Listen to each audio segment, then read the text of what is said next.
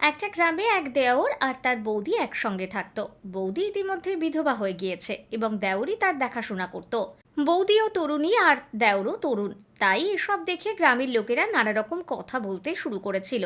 কিন্তু গ্রামের এসব কথায় দেওর বৌদির ওপর কোনো প্রভাব পড়তো না। সময় কেটে যাচ্ছিল। একদিন হঠাৎ বৌদির বমি হলো। তারপর দেওর চিন্তা করে তাকে হাসপাতালে নিয়ে যেতে বলল, কিন্তু বৌদি যেতে চাইছিল না। দেওর জেদ করলো। শেষে বৌদিকে সঙ্গে নিয়ে সে হাসপাতালে গেল। হাসপাতালে ডাক্তার যখন বৌদির সব রকম পরীক্ষা করলেন, তখন তিনি এমন একটি কথা বললেন যা শুনে দেওর ফুঁপিয়ে ফুঁপিয়ে কাঁদতে লাগলো। কি হয়েছিল সত্যিটা জানতে হলে গল্পের শেষ পর্যন্ত থাকুন। রাজস্থানের আলওয়ার জেলায় একটি ছোট্ট পরিবার ছিল। পরিবারে ছিলেন এক বাবা এবং তার দুটি ছেলে। বড় ছেলের নাম ছিল বিক্রম। পড়াশোনা করে সে এতটাই যোগ্য হয়ে উঠেছিল যে বাড়ির দায়িত্ব সে সামলাতে পারত। তাই বাবা তার বিয়ে দেওয়ার চিন্তায় ছিলেন। এদিকে ছোট ছেলে অনিলের বয়স তখন মাত্র 15। অনিলের মা বেঁচে নেই। অনিল যখন ছোট ছিল তখনই তার মা এই পৃথিবী থেকে চলে গিয়েছিল। এই কারণেই বাবা চেয়েছিলেন কম বয়সে বিক্রমের বিয়ে দিতে, যাতে বাড়িতে একজন মহিলা আসে এবং সংসার সুন্দরভাবে চালাতে পারে। বিক্রমের জন্য বাবা গ্রাম সন্নিহিত এলাকায় মেয়ে খুঁজতে লাগলেন। একদিন কাছাকাছি গ্রামের একটি মেয়ে তার নজরে পড়ে। মেয়েটির নাম পূজা। পূজা তার মাকে নিয়ে থাকতো, তার বাবা নেই। বিক্রমের বাবা প্রথম দেখাতেই পূজাকে পছন্দ করে ফেলেন, কারণ পূজা ছিল সুন্দরী ও ভদ্র আর তার মধ্যে ছিল প্রচুর সংস্কার, যা তার মা তাকে শিখিয়েছিলেন। এভাবেই পূজাকে বিক্রমের জন্য ঠিক করা হয়। ধুমধাম ও রীতিরেওয়াজ মেনে তাদের বিয়ে হয়ে যায়। বিয়ের পরে পূজা বউ হয়ে বিক্রমের বাড়িতে আসে। একটা বাড়ি তখনও শুধু নীরব কুঠি ছিল, আর পূজার ভালোবাসায় সেটাই ধীরে ধীরে ঘর হয়ে ওঠে। কারণ বাড়িতে কোনো মহিলা না থাকলে তা শুধু চার দেওয়ালি থাকে, কিন্তু ঘরে মহিলা থাকলে তা মহিলার স্নেহে ঘর হয়ে ওঠে। এই বাড়িতে আরেকজন মানুষও কিছু পেয়ে গেল, সে হলো অনিল। মায়ের ভালোবাসা যার ছিল না, সে বৌদির চারপাশে ঘুরে বেড়াতো। পূজাও আদর করে তার সাথে কথা বলতো। ধীরে ধীরে পূজা ও অনিলের মাঝে মা ছেলের মতো সম্পর্ক তৈরি হয়ে যায়। পূজা অনিলের সব দুষ্টুমি ক্ষমা করত আর তার খেয়াল রাখত। সময় কেটে যেতে লাগলো। অনিল বড় হয়ে পড়াশোনা করে এতটাই দক্ষ হয়ে উঠল যে এখন সে শহরে গিয়ে ভালো চাকরি করতে পারে এবং নিজের জীবন গুছিয়ে নিতে পারে। সে বড় দাদাকে বলল, দাদা, তুমি গ্রামেই থাকো, আমি শহরে গিয়ে কাজ করি, কারণ আমাদের যে সামান্য চাষবাস আছে তাতে একজনের সংসারই ঠিকমতো চলে, দুজনের নয়। বিক্রমও তাতে সায় দিল। এভাবেই দুই ভাই মিলেই সংসার সামলাতে লাগলো। এদিকে বড় ভাই বিক্রমের দুটো সন্তান হয়ে গেছে, একজন ছেলে আর একজন মেয়ে। তাদের বাবা দুনিয়া ছেড়ে চলে গেছেন, আর দুই ভাই মিলে পুরো সংসারটা সামলে নিয়েছিল। ধীরে ধীরে সময় কেটে যাচ্ছিল। একদিন যখন অনিল শহরে ছিল, ঠিক তখনই তার এক প্রতিবেশীর ফোন আসে।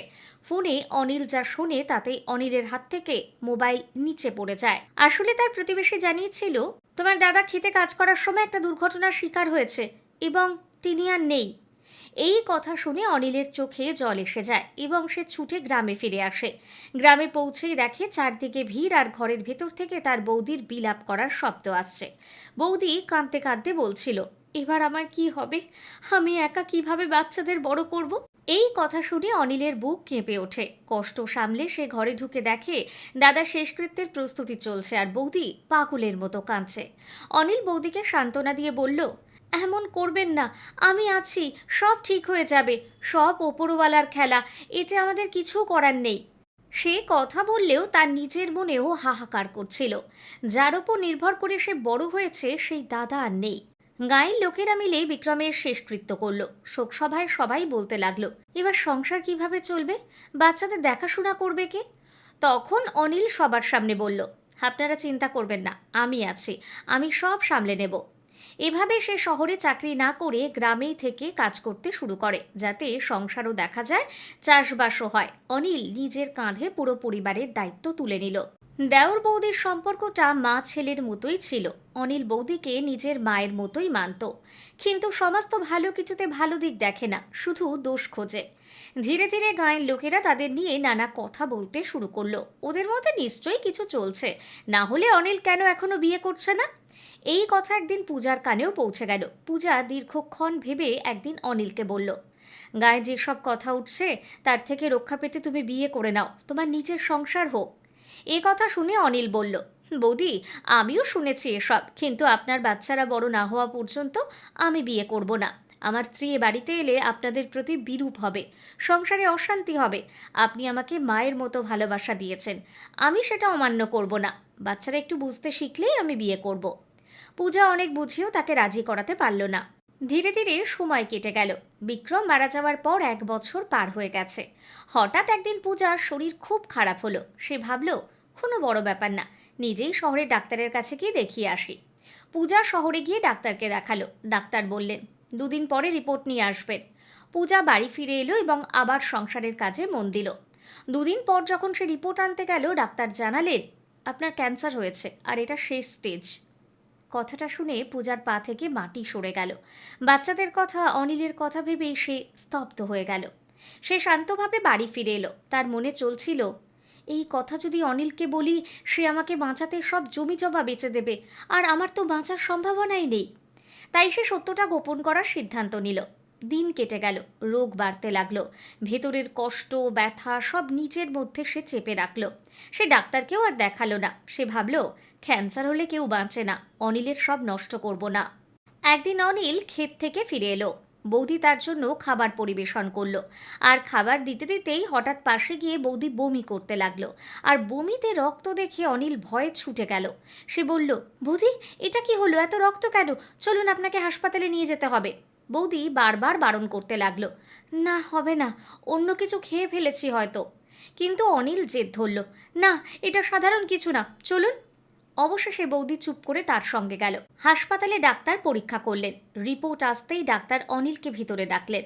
ডাক্তারের মুখ থেকে কথাটা বেরোলো, তোমার বৌদির ক্যান্সার হয়েছে, আর সেটা শেষ স্টেজ। এ কথা শুনে অনিলের মাথা ঘুরে গেল। সে ফুঁপিয়ে ফুঁপিয়ে কাঁদতে লাগলো। ডাক্তারের কেবিন থেকে বেরিয়ে সে চোখ মুছতে লাগলো। সামনে দাঁড়িয়ে ছিল তার বৌদি। বৌদি চোখে জল নিয়ে বলল, চিন্তা করো না অনিল, আমার ক্যান্সার হয়েছে, এটা আমি অনেক আগেই জেনে গিয়েছিলাম। এই কথা শুনে দেবর অনিল জিজ্ঞেস করতে লাগলো, বৌদি যখন আপনার জানাই ছিল তখন আমাকে বললেন না কেন? তখন বৌদি শান্ত গলায় বললেন, আসলে কথাটা হলো, যদি তোমাকে বলে দিতাম তাহলে তুমি বাপদাদার জমি বিক্রি করে সব টাকা আমার চিকিৎসায় খরচ করে দিতে। আর তুমি তো জানো ক্যান্সারের কোনো ওষুধ নেই। মানুষ যুদ্ধ করতে করতে শেষ পর্যন্ত এই দুনিয়া থেকে চলে যায়। আর সবটা জানলে তুমি কষ্ট পেতে, তাই আমি ব্যাপারটা গোপন করেছি।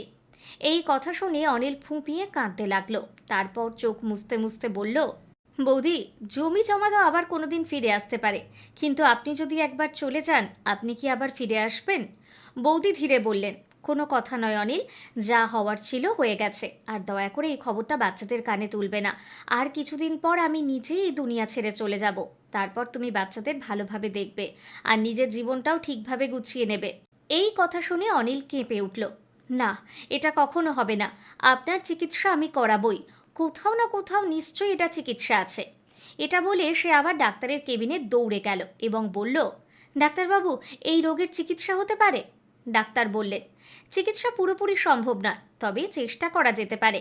চাইলে রোগীকে এখানে ভর্তি করে দিন, আমরা ওষুধ দেব, যতটা সম্ভব রিলিফ দেওয়ার চেষ্টা করব। অনিল কোনো দ্বিধা না করে তার বৌদিকে হাসপাতালে ভর্তি করিয়ে দিল। বৌদি তাকে অনেক অনুরোধ করলেন, না অনিল দরকার নেই। কিন্তু অনিল স্পষ্ট বলে দিল, না বৌদি আপনার চিকিৎসা হবেই। এরপর থেকে পূজা হাসপাতালে ভর্তি হয়ে চিকিৎসা নিতে লাগলেন। এদিকে গ্রামের একজন মানুষ হাসপাতালের সব কথা কানে শুনে ফেলেছিল, যে পূজা ক্যান্সারের কথা অনিলের কাছে লুকিয়ে রেখেছিলেন। সে গ্রামে গিয়ে সব বলে দিল।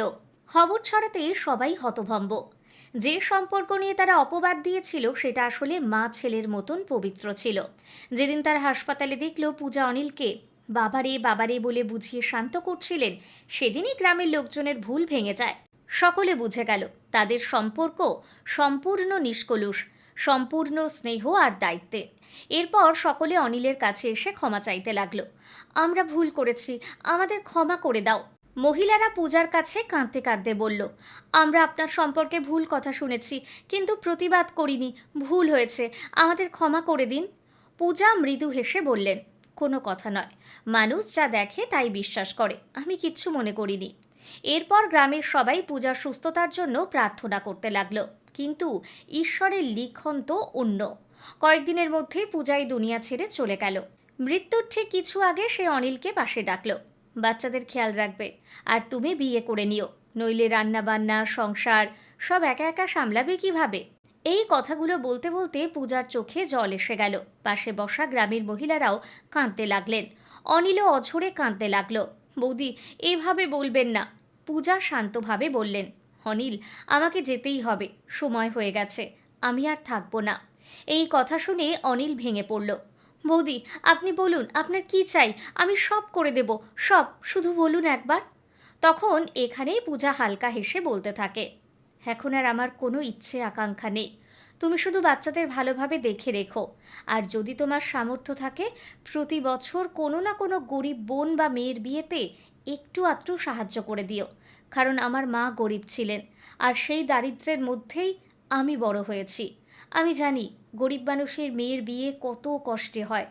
তুমি যদি এতটুকু করে দাও, তাহলে আমার আত্মা আরও বেশি শান্তি পাবে। এ কথা শুনে দেওর হাউমাউ করে কাঁদতে থাকে, আর তার চোখের সামনেই প্রিয় বৌদি পৃথিবী ছেড়ে চলে যায়। পূজা চলে যেতেই অনিল মাটিতে বসে কান্না করে বলতে থাকে, বৌদি, আপনি তো আমার মা ছিলেন, আজ আপনি চলে যাওয়ায় আমার মাথা থেকে মায়ের ছায়া আবার একবার উঠে গেল। গ্রামের লোকেরা দৌড়ে এসে তাকে সান্ত্বনা দিতে থাকে। এরপরে অনিল তার বৌদির কথা মতো বাচ্চাদের ভালোভাবে মানুষ করে এবং নিজেও বিয়ে করে। তবে বিয়ের আগে অনিল একটা শর্ত স্পষ্ট করে দেয়, আমি আমার বড় দাদার সন্তানদের নিজের কাছেই রাখবো, ওরাই আমার সন্তান সম, আমি আলাদা করে আর সন্তান নেব না। এই শর্তে তার বিয়ে হয় রেখা নামের একটি মেয়ের সঙ্গে। তারাও সুখে শান্তিতে বসবাস করতে শুরু করলো। তাহলে বন্ধুরা, কেমন লাগলো আজকের গল্প? অবশ্যই জানাবেন, আর ভিডিওটি ভালো লাগলে একটি লাইক করে দেবেন। আর এই রকম নিত্য নতুন রোমাঞ্চকর গল্প পেতে আমাদের ইউটিউব চ্যানেলটি সাবস্ক্রাইব করে পাশের বেল বাজিয়ে দেবেন। ধন্যবাদ।